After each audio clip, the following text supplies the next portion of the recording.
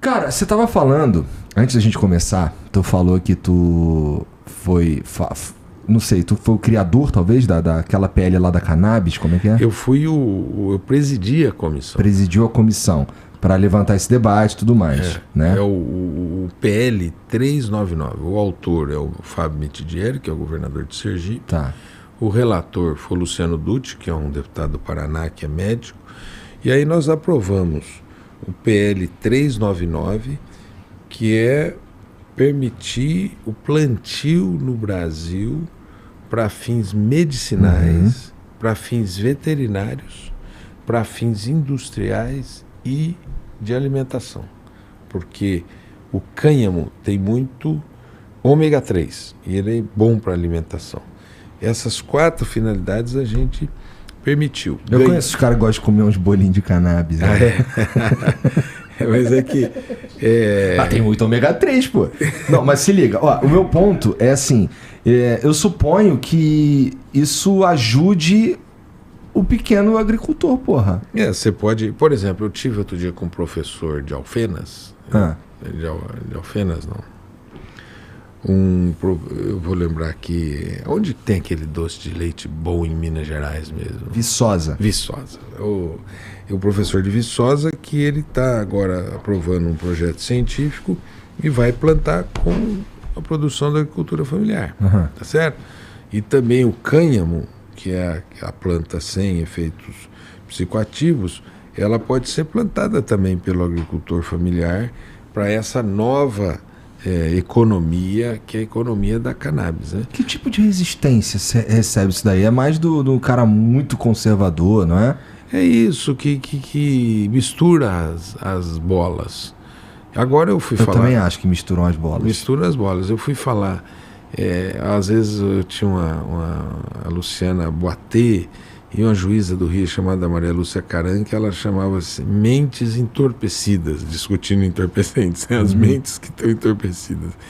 Mas eu conversei outro dia com o Arthur Lira, o presidente da Câmara, e ele falou para mim que vai planejar a votação do recurso, porque a gente aprovou na comissão e agora é só votar o recurso, porque os que foram contra recorreram. Mas eu acho que eles não terão um voto suficiente para impedir que o projeto siga no Senado. E no Senado acho que vai ser aprovado e tem que resolver esse tema logo. Tem um professor na Universidade Federal do Rio Grande do Norte que ele diz que o mundo agora vai viver uma revolução da medicina canábica. É como foi os antibióticos. Eu acho que ele exagerou, mas é legal também. Siddhartha Ribeiro. Eu não acho. Siddhartha, tá? O Siddhartha, eu não acho exagero, viu? Sabe Sério? por quê? Sabe por que eu não acho exagero? Que bom, fico feliz. Sabe por que eu não acho exagero? Porque a pesquisa vai mostrando que muitas doenças neurológicas elas podem ter. Podem ser atenuadas, né? Atenuadas por aí. 2, essas epilepsias refratárias. 3, fibromialgia. 4, no tratamento de crianças autistas que tenham crises e sejam crises fortes, né? Na questão, no tratamento do efeito colateral dos medicamentos que são utilizados na quimioterapia, nos antirretrovirais. Então tem um conjunto de dores crônicas, distúrbio de sono, é um espectro científico grande que você pode desenvolver essa medicina. Isso a gente está falando só dos benefícios na medicina da coisa, né? É bom, eu gosto de chamar a atenção também para o efeito econômico da coisa, né? Que é uma fonte de renda que a gente simplesmente não está explorando porque a gente é cabeça dura. É isso. Né? É isso. O Canadá, por exemplo, virou um lugar de produção de medicamentos à base de cannabis para exportar. O Uruguai também. Hoje a gente compra óleo lá de fora caro pra cacete. Caro! E você sabe quem está resolvendo, ajudando muito? Os pacientes, Igor. São as associações. A doutora Paula, que eu te falei, que conversei com ela, falou bastante sobre as associações mesmo. Elas que estão ajudando muito aqui os pacientes no Brasil, porque elas são formadas por famílias de pacientes e que aí plantam, extraem, invasam e distribuem para os pacientes. Isso significa que existem casos isolados que a justiça permite que pessoas, como as pessoas dessas associações, plantem, né? Mas isso aí é um caso que a gente que precisa ir para a justiça, que precisa provar um monte de coisa. Se a gente consegue pôr para frente esse PL 3 o quê? 399. 399. Se a gente consegue pôr para frente o PL 399, vira um troço que a gente consegue fazer com muito mais liberdade sem pagar a etapa da justiça deixar, né? É isso. Que é moroso, que não sei, dá um monte de trabalho e a gente não consegue ter um produto. A gente não consegue, às vezes, tá? Não estou dizendo que o produto das associações, em geral, não tem qualidade. Mas se a gente tiver mais pessoas produzindo, a gente tende a melhorar o produto e quem sabe aí a gente exporta soja, exporta não sei o que, exporta óleo de cannabis também. Exporta óleo, como o Brasil importa. O Brasil importa óleo, pode exportar óleo também. A terra do Brasil é boa para esse cultivo? Muito, muito. Porque você tem muito sol. E essa planta precisa de sol. E por isso, por essa razão, como o Brasil dispõe de sol o ano inteiro, né, você pode produzir o ano inteiro. Sabe dizer se existem terras que não servem para outra coisa, mas serviriam para isso? Existe esse tipo de coisa? Eu acho, na minha opinião, você tem terras com baixa disponibilidade de água, né, que você possa plantar, evidentemente irrigando, essa planta e que ela pode se desenvolver no Brasil, né? No Brasil em muitos lugares. A gente sabe que assim, tem muita terra no Brasil que a gente não consegue plantar nada. Seria incrível se a gente conseguisse usar para essa finalidade. Acho que para qualquer finalidade. Essa finalidade é uma boa finalidade, assim como, sei lá, se a gente conseguisse fazer qualquer outra coisa ali, por meio da ciência e tudo mais. Mas é muito interessante, cara. Que legal que tem... E você acha que isso vai para frente, cara? Olha, o Arthur Lira me disse que sim. Ele falou, se puser para votação, o recurso não vai ser provido e o projeto vai ser aprovado e vai para o Senado. Então a gente só está esperando ele querer. Então isso é uma coisa importante da gente conseguir do Arthur Lira essa votação desse recurso. E te ajuda também na tua pauta, na tua pasta também? Ajuda, eu acho que esse é um agregador de valor na agricultura.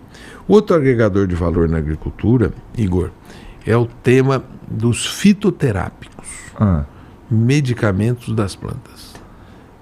Aquela medicina tradicional. Da minha avó. Da tua avó, da minha avó. Que é aquela medicina que cura muitas coisas com plantas. Por exemplo, vai comprar briga com outros caras, vai comprar briga com os caras com a associação de médicos lá, né, o conselho. Não, tem muitos médicos que têm especialidade em fitoterapia. A fitoterapia não é uma medicina ilegal, não. Ela é uma medicina já reconhecida e tem muitos fitoterápicos que são reconhecidos pelo SUS. Por exemplo, espinheira santa. Mas eles são considerados medicamentos? Medicamentos. Eles são fitoterápicos, que são medicamentos das plantas. Tá. Né? E muitos deles são substitutivos de medicamentos industriais. Por exemplo, eu tinha uma gastrite. E o meu médico falou, você sabia que gastrite, você toma esses omeprazol, pantoprazol, você sabia que isso dá demência? Aí eu pensei, entre uma gastrite e uma demência, eu vou tentar voltar para ter só a gastrite, vou largar. Parei, comecei a cuidar e venci a minha gastrite. E aí tinha um médico aqui no Brasil, aquele cara era excepcional. Ele chamava Elisaldo Carlini, era aqui do Instituto Federal, ele da Universidade Federal de São Paulo, no CEBRID. E ele descobriu que a espinheira santa é o medicamento para curar gastrite, sem efeito colateral. Então você tem que botar no SUS, já tem uma lei, mas só que o SUS não compra. Nós queremos fazer um acordo com a ministra da Saúde para ela comprar fitoterápicos. E aí, plantar na agricultura familiar, sabe essas hortas que as nossas mulheres sabem fazer tão bem, as mulheres brasileiras sabem fazer também, podem plantar fitoterápicos e vender para o SUS. Tem uma moça que trabalha comigo agora, a Patrícia, ela é lá de perto de Itapeva, Itaberá. Ela tem um plantio de fitoterápico. Ela planta, ela seca, ela planta numa estufa, ela seca, um secador profissional, ela ensaca e vende para o SUS. Isso podia ser um mercado forte para o SUS e não só para o SUS, nas farmácias. Você pode vender, não tinha aquele, aqui tem farmácia popular, vou discutir com a Nisa, ministra da Saúde, se ela não pode fazer um programa, aqui tem fitoterápicos. O lobby vai cair matando, hein, cara? A Alemanha faz isso, a Europa faz, a China não, faz. Eu acho incrível, eu queria que fosse realidade isso aí. É isso. Eu fico pensando nos caras lá das indústrias farmacêuticas lá, o lobby deles é muito sinistro, talvez o mais sinistro que tem. Só perde pro dos bancos, eu acho. Uma boa sorte, cara. Parece uma boa ideia mesmo. Eu gosto. Essas paradas natural assim, porra. Se a gente pudesse viver só de coisas que são naturais e que não tem, por exemplo, que não deixa você demente, né? Seria muito melhor, seria incrível. Bem melhor, né? Bem melhor. Eu, quando eu li a bula lá do meu omeprazol, eu larguei ele logo. E ontem, o Igor, eu fui ontem lá num evento em Brasília de ex-ministros da Agricultura. Eu vi que rolou isso aí. E eu cheguei lá para assistir e tal, e tinha um monte de cara, e o sujeito chegou assim, eu vou tomar o meu omeprazol. Eu falei, você sabia que dá demência? E na roda todo mundo, é mesmo, eu vou parar.